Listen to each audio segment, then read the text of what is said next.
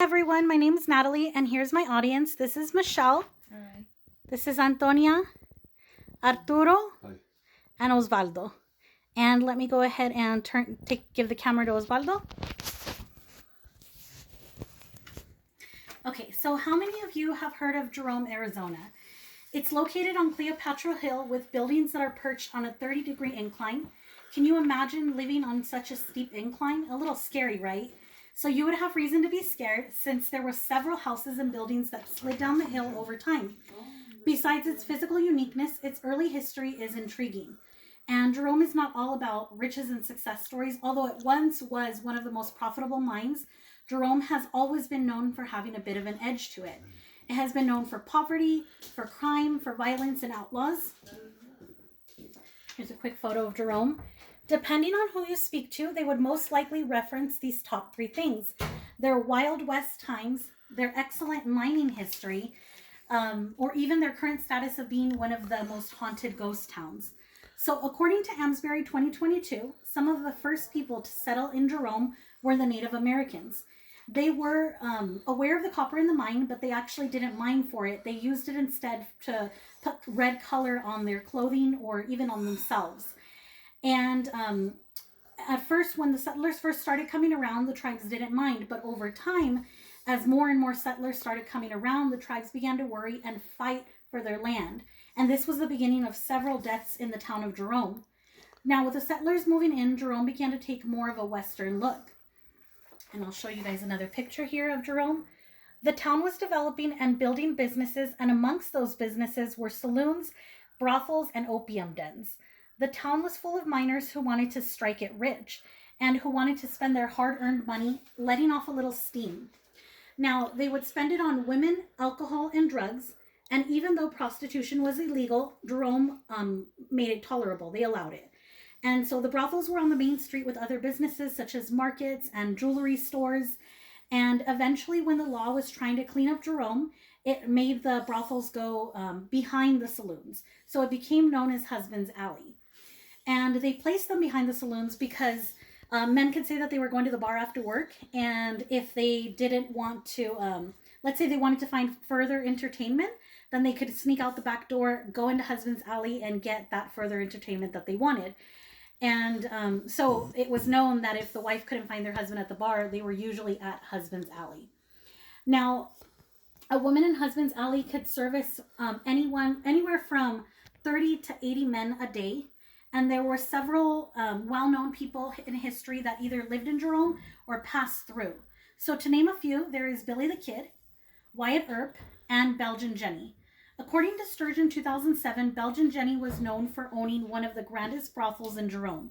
It stood against the time, and it's still one of the buildings that is standing there today. It survived 3 major fires, and now you may wonder how Jenny's brothel survived the fire while all the other buildings burned down around her. And it was actually due to Jenny offering free services to the firemen that saved her building. And so, of course, her building was one of the ones that was saved. So moving forward with the second topic that Jerome is well known for is its excellent mining history. I have here a photo of a portion of the mine. And Jerome was one of the most wealthiest grade copper mines. At its peak, there was about 15,000 people living in Jerome, and it was considered the fourth largest city in Arizona in the 1920s. Now, it was named Jerome after Eugene Jerome, who had provided financial support to the mine. And in 1888, William Clark purchased the property, and it became one of the best investments that he ever made. So according to Dorich in 1998, once William Clark had become involved, the mine prospered tremendously. And at one point, it was producing 15 million pounds of copper per month. And Clark owned 95% of the mine.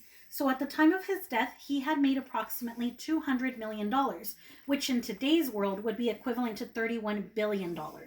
So that's a lot. The reason why William Clark was so prosperous was because he was extremely intelligent, but he also seemed to have no conscience. So he was known as an evil genius. He would not always have the safest work conditions, and he would have an average of 4 to 7 deaths a day in the mine.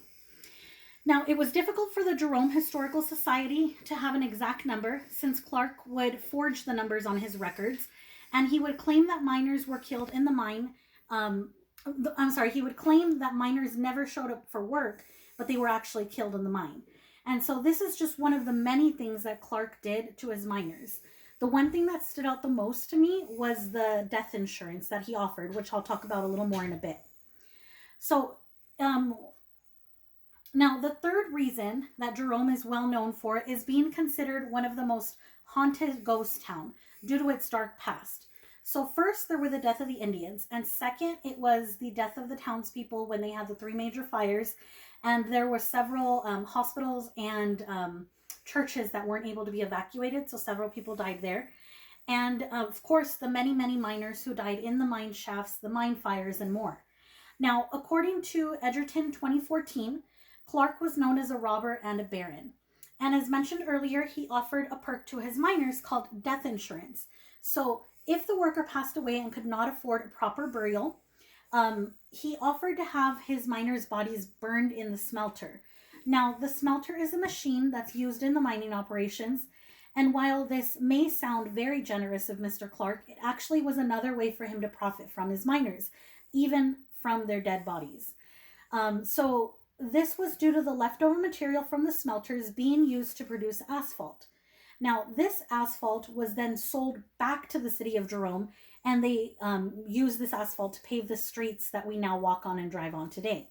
So when someone tells you that Jerome is known as a ghost town, it really is, because we are literally walking on the dead bodies, pieces of the miners, as we walk and drive there today.